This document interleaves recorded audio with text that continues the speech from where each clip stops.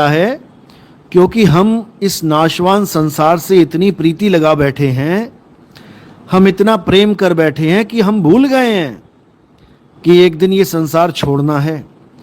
तो बस प्रकृति यही याद दिला रही है कि बेटा जाग जा, उठ जा, अपने घर की वापसी की तैयारी कर, मुझ में उलझ के मत रह जा।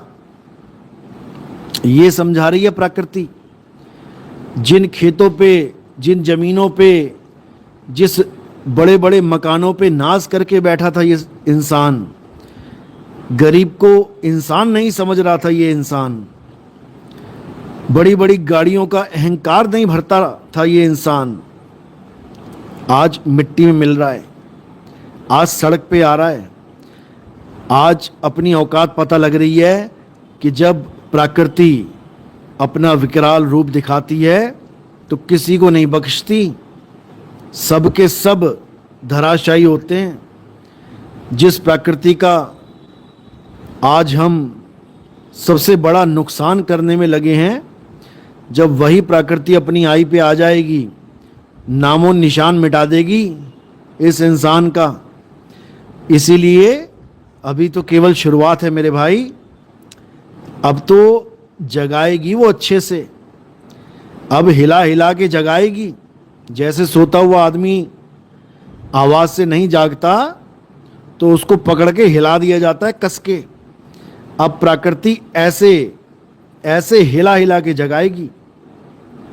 अब इंसान रास्ता ढूंढेगा कि कहाँ फंस गया, जाऊं तो जाऊं कहाँ।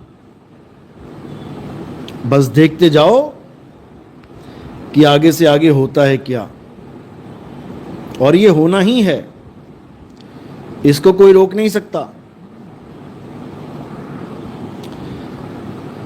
संत तो मार्ग बता सकते हैं और वो मार्ग बताएंगे, उनका काम ही यही है कि इस मायावी संसार को, इस जड़ प्रकृति के संसार को, इस पांच तत्व के संसार को कैसे छोड़ना है, इसको छोड़ के कहाँ जाना है, ये ज्ञान समझ लो मेरे भाई, तब तो कल्याण हो जाएगा। नहीं तो 1,84 में भटकना पड़ेगा। अभी तो इंसान हो, किश्तियों पे घूम रहे हो, अभी तो इंसान हो, चढ़ गए छतों पे, खंभों पे चढ़ गए, पेड़ों पे चढ़ गए। 84 में ये सब नहीं कर पाओगे। देख लो बेचारी गाय भैंसे कैसे पानी में बह गई, मर गई, जबकि अच्छी से अच्छी तैराक होती हैं, वो तैराकी खूब जानती हैं, लेकिन क्या करें, कितना तैरें, हार माननी ही पड़ जाती है। तो मेरे भाई अब समझ लो अच्छे से, अभी मौका है, ये मौका एक बार निकल गया तो हाथ में नहीं आएगा। अब समझ लो क्या करना है, इस संसार में कैसे रहना है, इस संसार में जीवन कैसे बिताना है, इस संसार में अन्य लोगों के साथ कैसा व्यवहार करना है, इस संसार में रहते हुए प्रकृति के साथ कैसा व्यवहार करना है, इस संसार में रहते हुए पेड़ों के साथ क्या करना है, नदियों के साथ क्या करना है, पर्वतों के साथ क्या करना है, ये सब सीख लो। अभी भी मौका है, क्योंकि जितना तुम इसको छेड़ोगे ये एक्शन टू रिएक्शन होता ही जाएगा और कोई बचाने वाला नहीं। भूल जाओ कि कोई बचाएगा, कोई बचाने वाला नहीं मिलेगा, कोई भी जिसको कहते हैं।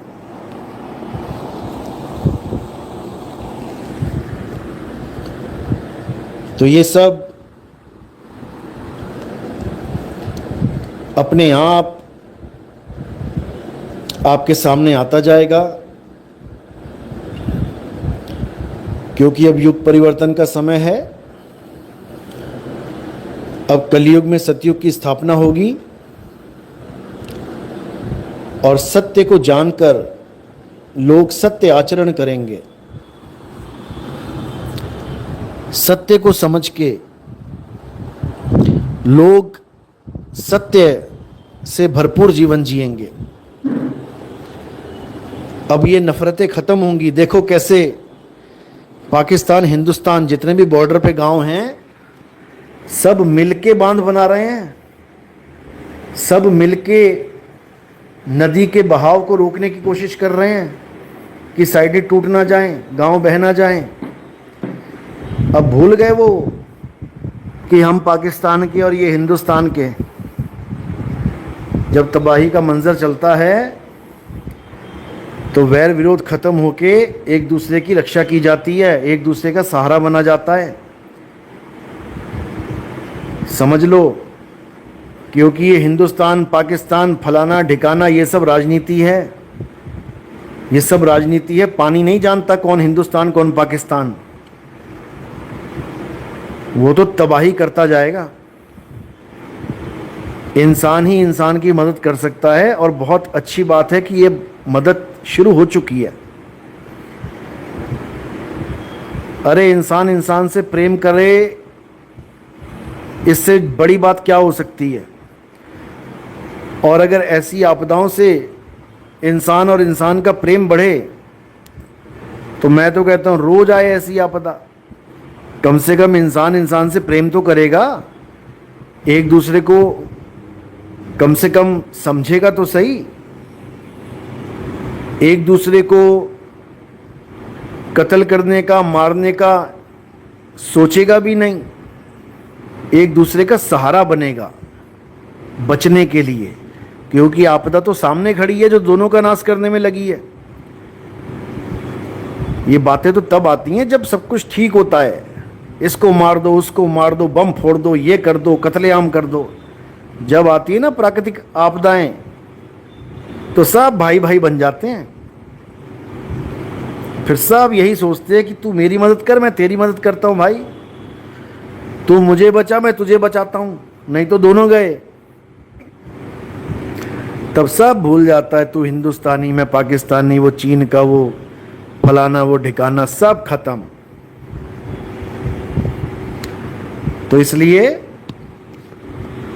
ये हम सबको चेताया जा रहा है, ये हम सबको समझाया जा रहा है कि बेटा इस दुनिया में आए हो कुछ समय के लिए, चंद सालों के लिए, इंसान बन के जी लो, जीना है तो, नहीं तो इंसान हम अच्छे से बना देंगे। ये प्रकृति है, ये किसी को नहीं बख्शती। इसलिए इस दुनिया में आए हो तो ऐसा जीवन जी के जाओ कि आने वाली जनरेशन तुम्हें याद करे कि कितने प्रेमी जीव थे हमारे पूर्वज। और जब इतिहास उठा के देखो, युद्ध देखो, तो लानत आती है, लानत, कि कैसे कैसे लोग थे जो थोड़ी सी जमीनों के चक्कर में एक दूसरे को मार के काट के चले गए, और जिसने युद्ध किया, शुरुआत करी, वो भी ना बचा। दूसरा तो चलो क्या बचेगा, जिसके ऊपर चढ़ाई कर दी वो तो मरेगा, जिसने चढ़ाई करी वो भी ना बचा। बताओ, छोटे से लालच के चक्कर में, थोड़ी सी जमीन के चक्कर में लाखों लोगों को मौत की नींद सुला दिया। ऐसे निकम्मों के वंशज धिक्कारते होंगे उनको कि ऐसे हमारे लानती पूर्वज थे जो इस माया के संसार को समझ नहीं पाए और इसी के चक्कर में लाखों लाशें बिछा के चले गए। तो अब जागो और जगाओ। अब इस माया को माया की तरह यूज करो, इस मायावी संसार को धर्मशाला की तरह यूज करो। हम जाते हैं धर्मशाला में, 1 दिन 2 दिन 3 दिन बिताते हैं और उसके बाद अपने घर वापस आ जाते हैं। इसी प्रकार ये संसार एक धर्मशाला की तरह है। आ गए हैं तो कोई बात नहीं, अच्छे से रहो, खाओ पियो, अच्छे से व्यवहार करो, अच्छे से प्रेम एक दूसरे से करो, और वापसी में घर वापसी करो। वापस आने की तैयारी मत कर लेना यहाँ पे, नहीं तो एक बार मरने में तो शामत आ गई है, दूसरी बार फिर पैदा हो जाओगे मरने के लिए। महामूर्ख है वो जो इस संसार में दोबारा पैदा होने की आस लगा के बैठा है। महामूर्ख है वो जो दोबारा इस संसार में आने की आस लगा के बैठा है। महामूर्ख है वो जो ये सोचता है कि ये मेरे परमात्मा ने सृष्टि बनाई है मेरे रहने के लिए। अरे तेरा नाश भी इसी सृष्टि से कर रहा है वो। समझ बात को, ये किसी परमात्मा ने नहीं बनाई है, ये इस तीन लोक के मालिक अलख निरंजन ने बनाई है। और वो जब सृष्टि बनाता है तो बिगाड़ता भी वही है। ये बनना और बिगड़ना ही इस सृष्टि का नियम है। और हम गलत सृष्टि में आ गए हैं भाई, हम गलत गोले पे आ गए हैं। और इस गोले में ऐसा गोला है कि इस गोले से कोई निकल नहीं सकता। ये ऐसा सर्कल बना दिया है, ऐसा चक्र बना दिया है, इससे निकलने का एक ही रास्ता है। तुम्हें पता होना चाहिए कि मेरे मालिक का घर कहाँ है। ये काल निरंजन का घर तो तुम्हें पता लग गया। कभी भी बाढ़ आ सकती है, कभी भी सुनामी आ सकती है, कभी भी छत बच्चों के ऊपर गिर सकती है। बताओ, राजस्थान में बच्चे बेचारे स्कूल में प्रेयर कर रहे थे, प्रेयर करते करते, प्रेयर में क्या किया जाता है? अरे उस भगवान की स्तुति तो की जाती है, उस भगवान को ही तो याद किया जाता है। बच्चे प्रेयर कर रहे हैं, प्रेयर करते करते ही छत गिर पड़ी सारे बच्चों के ऊपर। बताओ, ऐसा निर्दयी है ये काल भगवान, ये किसी को नहीं बख्शता। ये बच्चा नहीं छोड़ता, ये जवान नहीं छोड़ता, ये बूढ़ा नहीं छोड़ता, ये जानवर नहीं छोड़ता, ये किसी को नहीं छोड़ता। लेकिन लोगों को ये पता ही नहीं है कि ये काल भगवान है कौन। ये भगवान माने बैठे हैं इसे, ये परमात्मा बना के बैठे हैं इसे। इसीलिए इसकी पूजा में सारा समय बिता के, सारा जीवन बिता के फिर 84 के चक्कर में चले जाते हैं। तो मेरे भाई, ये आखिरी मौका है, समझ लो अच्छे से। अगर इस काल भगवान के, इस अलख निरंजन के जाल से निकलना है, इस बार बार के जन्म और मृत्यु से निकलना है, इस बार बार के जो जीवन चक्र बना रखा है इससे निकलना है, तो उसको जानो जो तुम्हारा पिता है। ये अलख निरंजन तुम्हारा पिता नहीं है। इसको तो कबीर साहब ने काल निरंजन बोला है। अनुराग सागर पढ़ के देखो, इस काल निरंजन की अच्छे से कबीर साहब ने क्लास लगाई है और समझाया है लोगों को कि इसके शातिर जाल से बचो। ये बहुत शातिर है। ये काल निरंजन और कोई नहीं है, ये मन है। ये तुम्हारे अंदर बैठा है छुप के। इतनी तबाही का मंजर देख लिया ना, अभी थोड़े दिन बाद ये फिर लग जाएगा इसी दुनिया में। इसका फिर मन लग जाएगा इस दुनिया में। ये फिर तुम्हें भरमा देगा कि नहीं नहीं नहीं, दुनिया तो बहुत बढ़िया है, दुनिया तो बहुत अच्छी है, रहने लायक है, यहीं रहेंगे, यहीं मरेंगे। ये मन ही सबसे बड़ा शातिर है जो तुम्हें परमात्मा के घर वापसी नहीं करने देता। नानक साहब समझा रहे हैं कि जब तक परमात्मा का भेद बताने वाला साधु तुम्हारे जीवन में नहीं आ गया, तब तक तुम मन के जाल में ही फंसे रहोगे। जब तक प्रभु की कृपा नहीं हो गई और तुम्हें नाम दीक्षा देने वाला साधु जीवन में नहीं आ गया, तब तक तुम काल और माया के जाल में ही फंसे रहोगे। तो समझा रहे हैं, प्रभु कृपाल कृपा करे, नाम नानक साधु संग मिले। कि जब परमात्मा की कृपा होती है तो साधु का संग मिल जाता है और तुम्हें घर वापसी की टिकट मिल जाती है। उसके बाद तुम्हें इस नाशवान संसार में नहीं आना पड़ता। देखो, जिस भगवान को तुम भगवान भगवान करते आरतियां गा रहे हो, अभी जम्मू में एक यात्रा थी, किसी माता की यात्रा थी। वो 2000 बंदा उस यात्रा में गया था, वहीं बादल फट गया। ये तो खबर तुम्हारे तक पहुंची नहीं है अभी। जो लोकल इंसान हैं वहाँ जम्मू के, उन्होंने बताया मुझे आज फ़ोन करके, कहते हैं वहाँ बादल फट गया, सारे के सारे चले गए सब। वैष्णो देवी माता में देखो, लोग जा रहे हैं वहाँ पे, वीडियो देखो, लाशें दबी पड़ी हैं।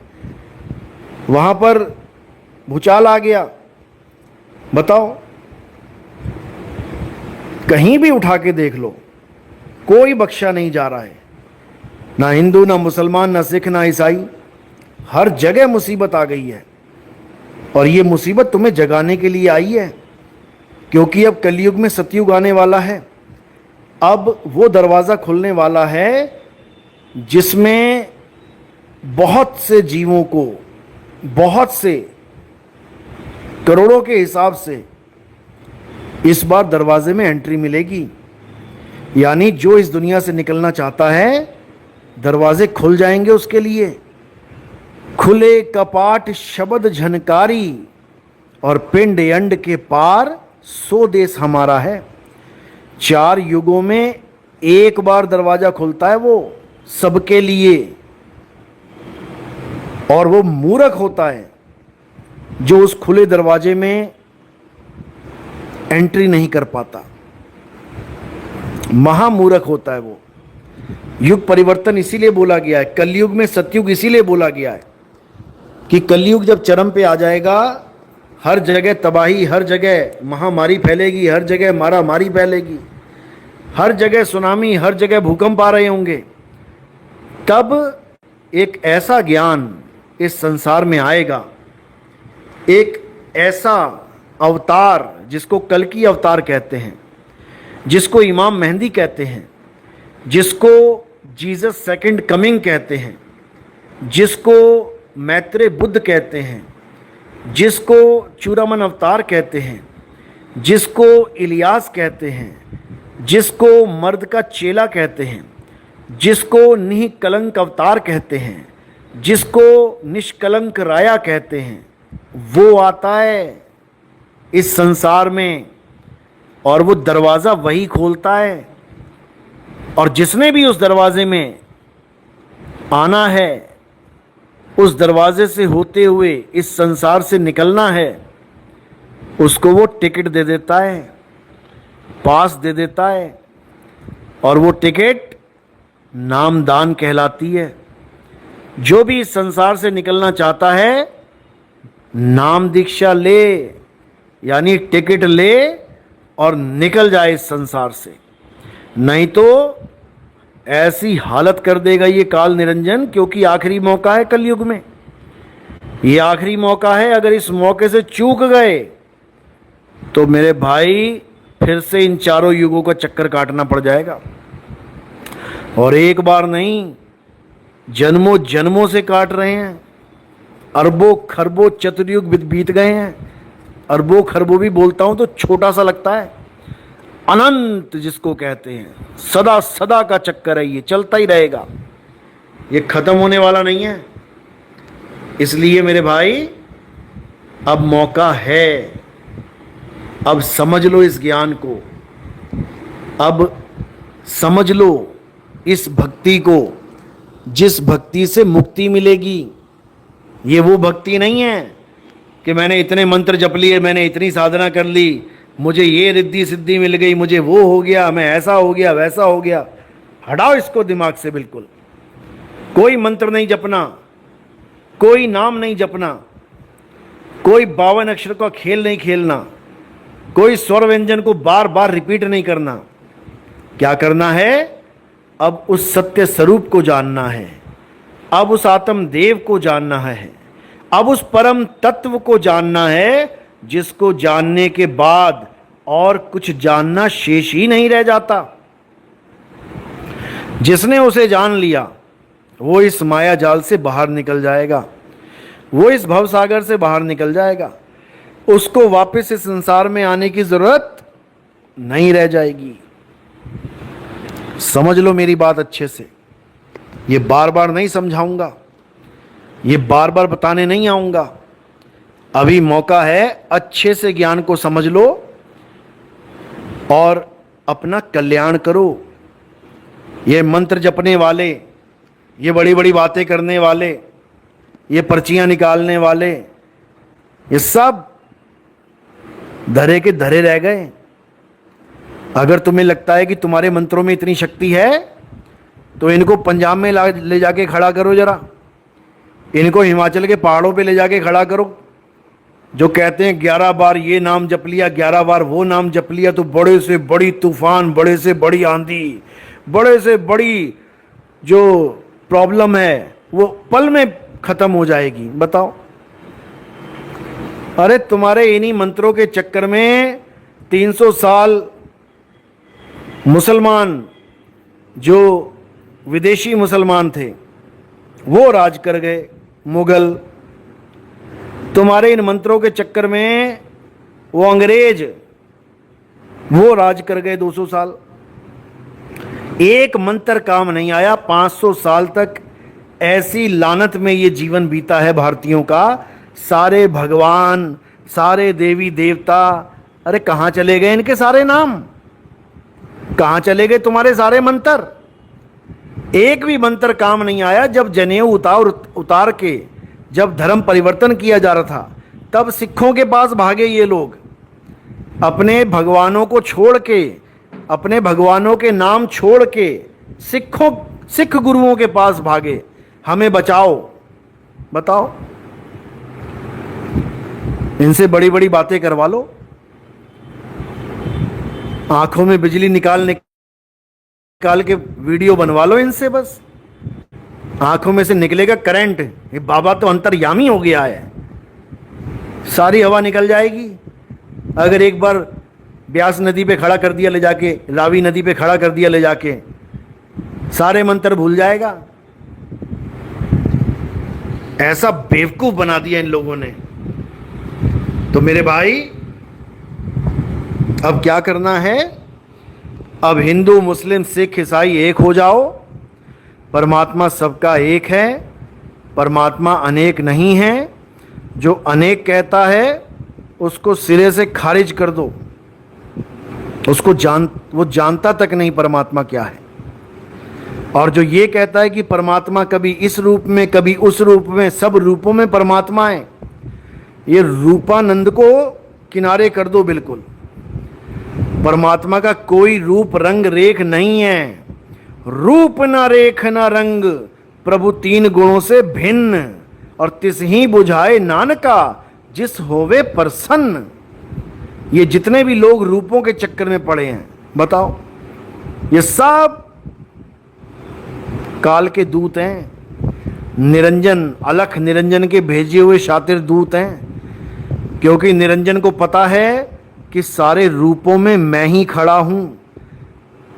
इनको अरूप का ज्ञान ना हो जाए, क्योंकि सारे नामों में मेरा ही नाम है। इनको अनाम का ज्ञान ना हो जाए, इसलिए निरंजन ने क्या किया है? ऐसे बाबा लोग को फेमस किया पड़ा है। यूट्यूब भरा पड़ा है ऐसे बाबाओं से।